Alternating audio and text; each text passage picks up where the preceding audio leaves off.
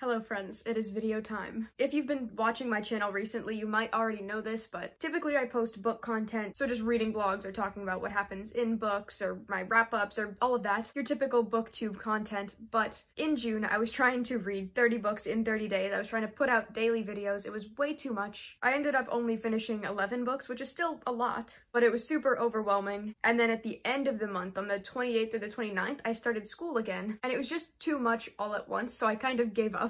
So we're gonna shift my content a little bit. We're going to move out of the book world just for a little bit, and I'm also not gonna have such strict videos. I'm not gonna force myself to upload on this day and this day because I just need to focus on life for a little bit. So this channel is going to evolve with me, and we're gonna focus on this new adventure, which is me going back to college. So this video is just gonna be a vlog of a couple of days of me just working on life things. Super chill. We're just gonna take a step back, hang out together, keep me motivated. You know how it goes. I have 2 classes set up right now, so I'm taking one on media and then one on religion, and then I'm just gonna go into fall semester and we'll keep going from there. I don't know how much I'm going to document about this whole process just because I kind of like talking about books and being a little bit disconnected from the videos that I post. So I don't know how personal I want to get with all of this. I don't know how much of my life I want to share. And then also another very exciting thing that's going to be thrown in here is I got my first ARC.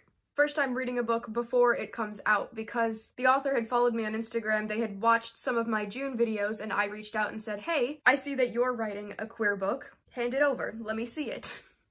So along with getting adjusted with school life, I'm going to be reading this copy of the book, which is going to be spoiler-free. It's called Coming Out of the Coffin. It comes out July 28th. I'm just really excited because that's not something that I thought I'd be able to do. To be able to talk about a book before it comes out. It feels very special. I feel like me from a year ago never would have reached out to somebody and asked for that, so that's exciting, you know? It's currently July 11th at 11:30, and honestly today's kind of boring. I just need to take a lot of notes for this class, so I'll catch up with you guys in a little bit.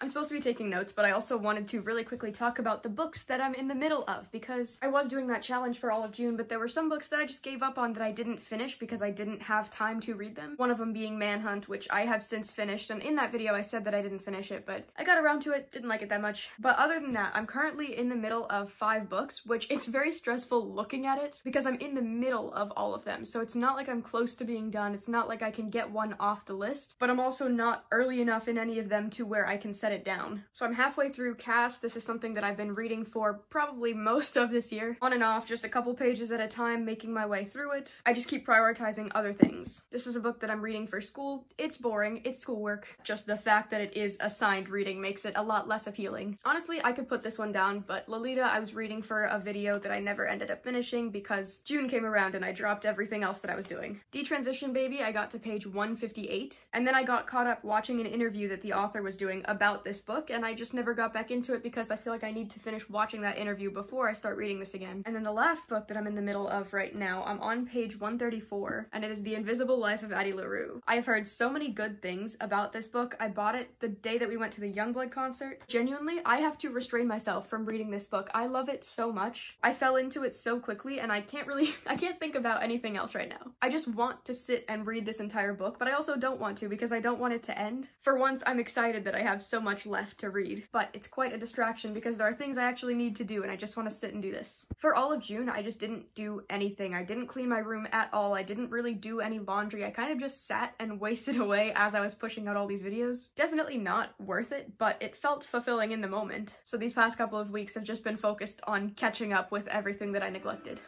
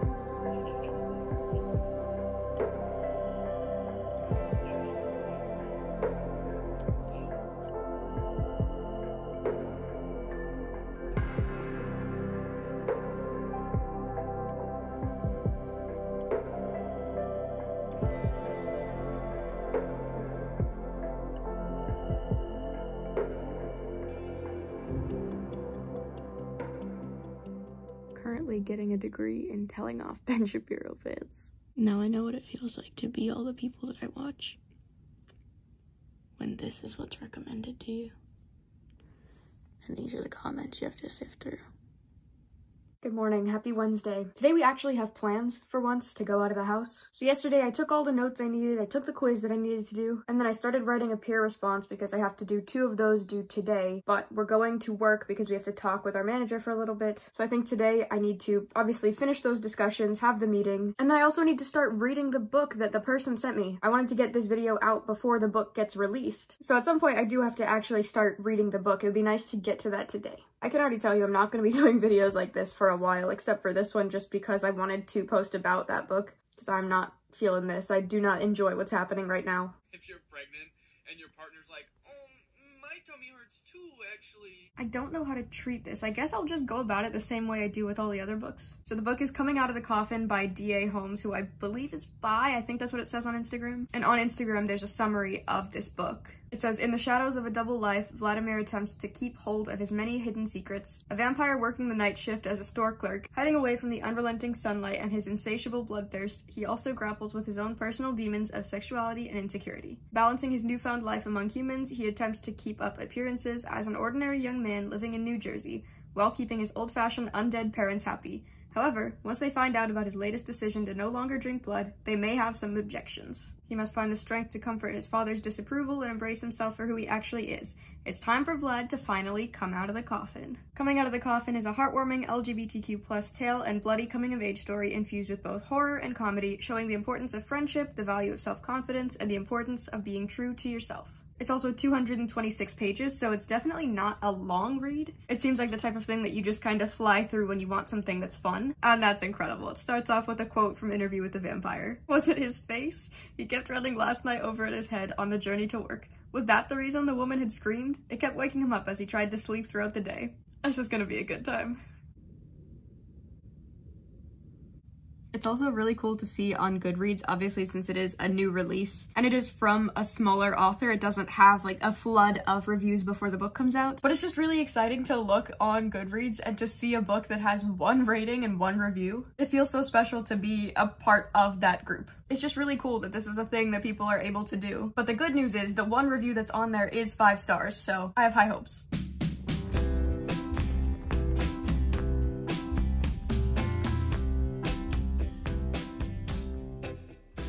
It's a little bit later now. The work meeting went okay. I did tell my manager about this channel, so if she's watching this, but I got through the prologue of the book, and I have things to say about it. I think the fact that it's a mix of horror and comedy kind of takes it away from a lot of criticism that you could say about other books if they're trying to be more serious, because the writing style is very casual, but it doesn't feel wrong in this context. Like, with the way that the story is set up, it makes sense that it's gonna be written in a more casual way, or that it's gonna be, I guess, more conversational. Like, normally, I say this all the time, but I hate when books reference social media when they're obviously present day. I really like books that are kind of more timeless, because otherwise it dates the book really fast, especially if that social media platform dies out and then all of a sudden this book is referencing something that nobody knows. And within the first 4 pages of this book, it mentions Spotify, YouTube, Instagram, TikTok, Tinder, and Twitter. That's 6 different social media platforms. I think with any other book, that would already put me on the worst start. But again, because of the style of book, it seems okay. In this situation where it is so wild and it is so out there, it kind of connects you to the character. It's saying, hey, they use all the social media that everybody else does. And I think the character types are established really well. It's really strong. Because you're emphasizing all of these social media platforms, the reader really gets a good idea of who this personality is. And then through her lens, you're seeing this vampire for the first time, and it just, you can picture it so well.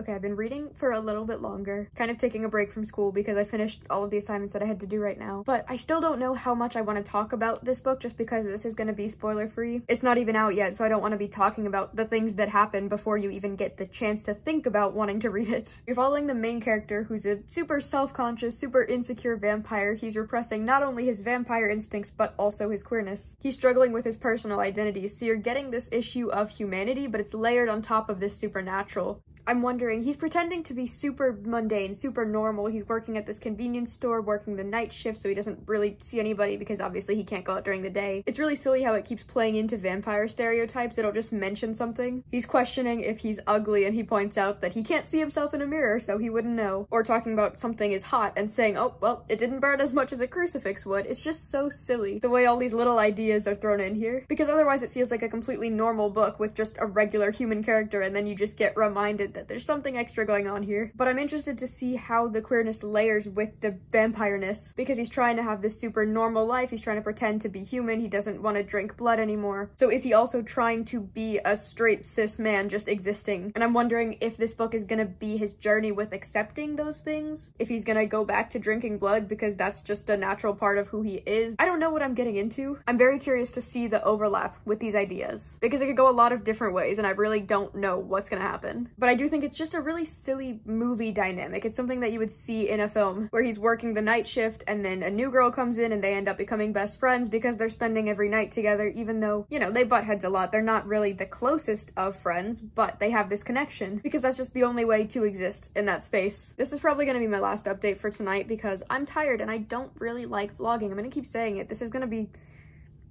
a rare video. I do not like doing this right now. I really like the videos that Nick is Not Green is doing. He shifted away from more personal topics into just stupid internet drama, and he's been really successful with that. He's been getting a lot of views and he's felt really good about that, and the way that he explains it is how I felt about the Maddie and Taylor video that I did, where it's so inconsequential. It just doesn't matter at all. You can just throw together this silly drama video and people like it. That's what people are interested in. I would really like to make more videos like that, where it's just a deep dive into this super random thing that doesn't matter, because I was inspired when I did it. I was motivated the whole way through. I made that whole 45-minute video, research, recording, editing, and uploading all within 48 hours, and I didn't feel tired after, which I do when I'm recording this. So I'm trying to think about how to naturally shift this into a different type of content. But also it doesn't matter because this is a second channel, and the whole reason I made it was so that I could post whatever I want. And if that's what I want to post, which by the way, that type of video is kind of why I made this channel in the first place, because on my other channel I had made a Billie Eilish conversation, like a video essay talking about her expression, because it was the whole thing when she was dressing differently. I made a whole long video discussing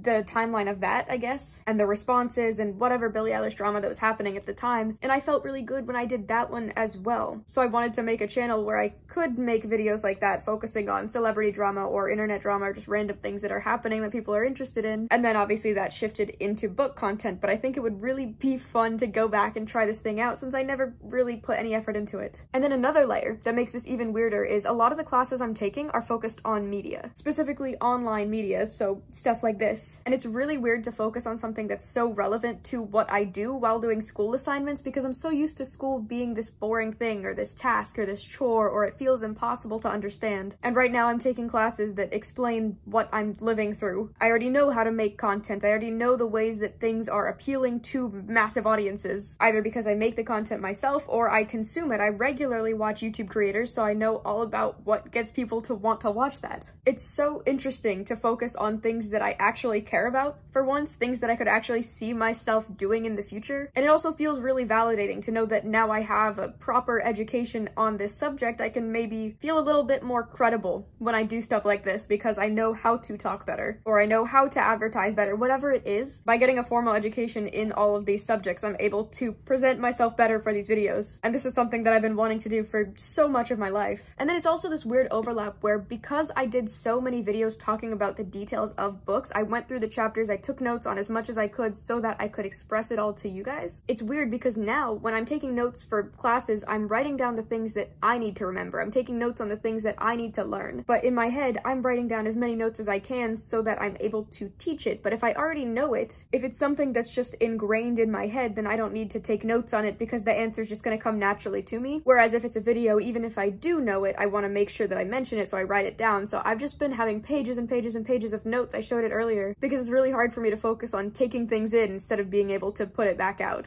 And then the last thing I want to say is it just feels really disconnected when you're taking classes like this, because obviously so many of us live on the internet. We see all of it firsthand. So then to go to a textbook that's trying to analyze the ways that it's happening, it doesn't feel genuine. It doesn't feel like the writer knows what they're talking about, because more than likely it's older people who haven't lived through through the things that they're writing about. The textbook that I'm reading right now is from 2020. Like, he's writing about Twitter and Instagram and all of these things that most people my age use very, very frequently. We're all very familiar with how those things work and what was popular, when was it popular. If you were on Tumblr, you can draw a very specific picture of what that period is. Like, the internet is so relevant to people our age. So to then go to a textbook that's trying to explain the thing that we live through, it's hard to read sometimes. I feel good about being educated about something that I want to keep working with, because it makes stuff like this seem like an actual job possibility. Maybe not through making videos, but by putting out media, whatever form it may be. I don't know.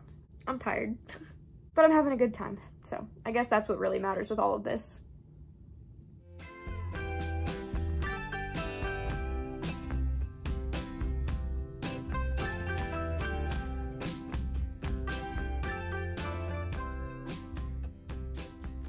Congratulations, you made it to the end of the video. I feel like there wasn't much that went on in this, but to be fair, I wasn't really in a vlogging mood. I just wanted to document these very specific things, talking about starting school up again and how it feels, and then also getting my first arc, because that's kind of a big deal. So first, let's talk about that. I haven't finished it, but even if I did, I wasn't gonna tell you about the rest of it. But from what I have read so far, and I'll probably talk about it in a wrap-up sometime, I think it's just a really fun story. I've never read something like this before. I love the contrast of this scary vampire also being scared of the cliches, like when his coworker has garlic on a sandwich, and it's such an inconvenience. And I love how that plays a role with him being potentially found out as a vampire because he's trying his best to just live a human life. A lot of the characters are caricatures of these big ideas. So for example, you have the vampire, but he's a super nerdy guy, and then you have the girl that works with him, and she's your typical carefree late night store clerk. The person at the beginning who was super social media obsessed, and then you get introduced to a vampire hunter, which is such a cool element that I was not expecting, and I'm very excited to see where that goes. For a second, I wondered if it was gonna be enemies to lovers, but I don't know, that would be such a twist. But I think it's cool that you're getting this total opposite perspective. The absolute contrast between these super dark hunting scenes where he's out killing vampires and then getting into the mindset of this really sweet vampire who doesn't want to kill. And I feel like this is the type of thing that could turn into a short film. I could really picture the scenes playing out where you have these super tense vampire moments where he's leaning over somebody and he's ready to do it, and then it cuts to like an awkward monologue. Or if he's about to get found out and it just zooms in really close on the character's eyes and he's just looking around and he's trying to think about all the possibilities of the ways that this interaction could end. I just feel like it could play out so silly on a screen. And then the last thing I will say is I desperately want a physical copy of this, just more for the memory than anything else. Just for the idea of receiving it and getting to read it. Because this is really fun. This is really exciting for me to get to read and talk about a book and potentially influence some of you guys to read it. It's a cool thing to get to do. And also shout out to the author for being such a cool guy, you know, being nice enough to send that over. And for watching some of these videos. I think that's so cool.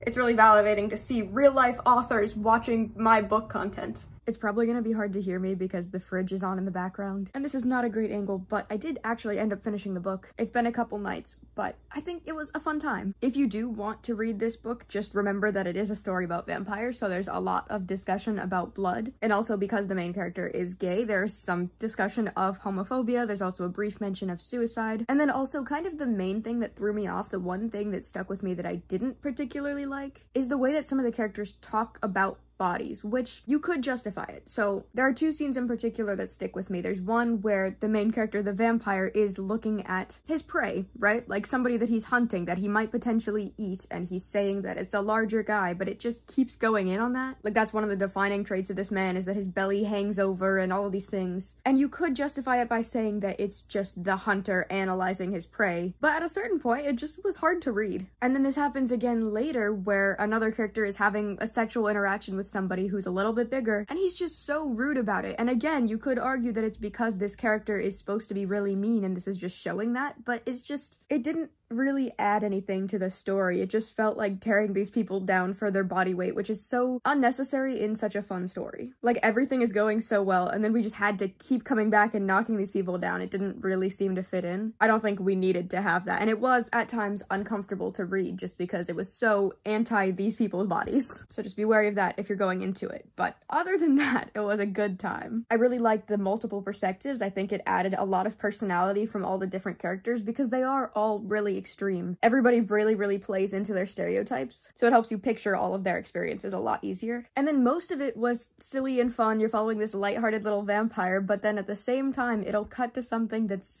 supposed to be a more scary moment. Most of the book is pretty tame, and then it gets to one part where it genuinely was uncomfortable, like hard to read, but in a good way, in a way that it's supposed to be, because you remember that they are killers, they are vampires, they are literally hunting people. I like how it all tied together in the end. There was nothing that felt really incomplete. There was nothing that felt forgotten, and anything that was left out was very intentional, and it kind of hints at possibly a sequel. So it's hard to say if everything was wrapped up nicely or not, because there's potential for more story, so then obviously you can't have everything wrapped up because it has to go somewhere. But overall, it was a really nice time. I don't think I've ever read a book like this before. Again, huge shout out to the author for even sending me an arc of this book. I'm really happy that I had the opportunity to read it. Anyways, time for the end of the video.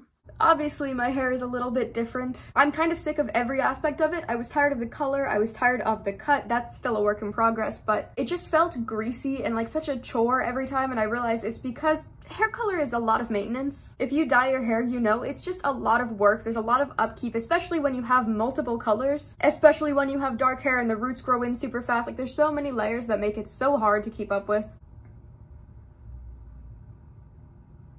I felt kind of guilty about it because I did spend a little bit of money on all the hair dyes, so then to be wasting them by making them fade, or even by dyeing over it, I didn't feel good about it. But if I'm not feeling good with that color of hair, then why am I even doing this? The other thing I did is I started posting books on Pango Books. If you don't know what that is, it's kind of a book reseller for used books. I've bought from there a couple times. I think it's a really nice way to get books without spending so much money, and also without contributing to like overconsumption and buying new things all the time, because a used book is probably gonna have the same function. I put all of these up, which is something that I've been meaning to do for a while, but I never got around to it. I think I'm gonna start linking that shop in the description as well if any of you would like to buy one of my books, or if you want to just follow me on there, see if I do post something that you want to buy. Either way, I think it's a really helpful website for just being able to have more books. But that's gonna be the end of this video because, like I was saying, I'm not in a vlogging mood. If we go on any trips or any concert things, I like to document that just because it's fun to look back at. But I'm not gonna do regular daily life vlogs because I want to focus on myself during that time. I really like being able to summarize all of the things that people are interested in that don't really matter because it's just so insignificant, but it feels like it matters. And even if it doesn't matter in the grand scheme of things, people have a good time watching those. I have a good time watching those. That's a majority of what I watch, is people just talking about stuff.